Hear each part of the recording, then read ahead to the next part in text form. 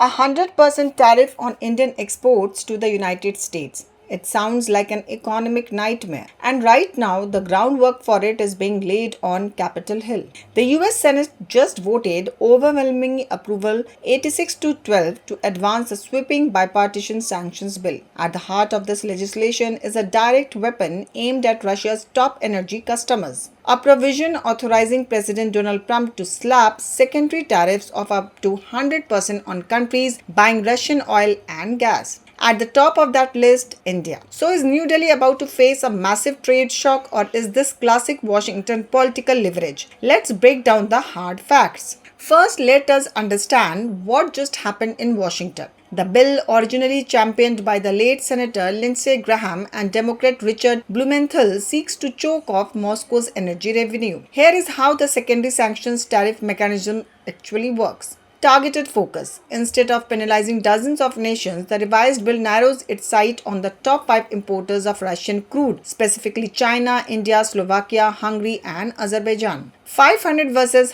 100%. While direct Russian goods could face up to 500% duties, third-party buyer nations like India face secondary tariffs capped at 100%. The executive trigger. Crucially, these tariffs don't kick in automatically. The bill grants the president discretionary authority to decide if, when, and at what exact rate to enforce them. Now, why is New Delhi in the crosshairs? Simple. Energy security. Since 2022, discounted Russian crude has been the bedrock of India's inflation control strategy. Russia currently accounts for over a third of India's crude imports. Buying discounted barrels saved Indian refiners billions, kept domestic retail fuel prices stable, and shielded 1.4 billion people from global energy shocks. And here lies the geo-economic irony. While the US bill targets major Asian buyers, it includes carve-outs and lower thresholds for several European allies reliant on Russian pipeline gas. India has repeatedly maintained its stand on strategic autonomy. New Delhi buys energy where it makes economic sense for its sovereign national interest. If Trump actually pulls the trigger on a 100% tariff, what happens? The United States is India's single largest export destination. Sectors like India, pharmaceuticals,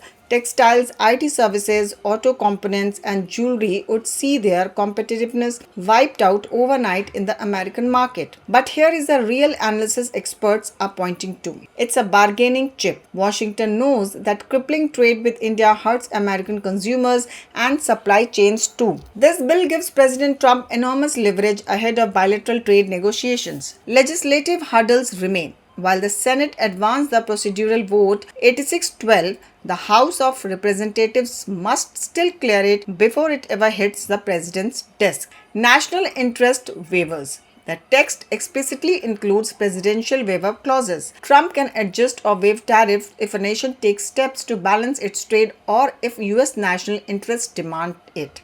Bottom line, this bill isn't an immediate tariff slap. It's a high-stake geopolitical warning shot. India isn't going to compromise its energy security, but New Delhi will likely have to navigate some tough diplomatic waters ahead in Washington. What do you think? Should India hold its ground on Russian oil or recalibrate its trade energy with the US? Drop your thoughts in the comments below.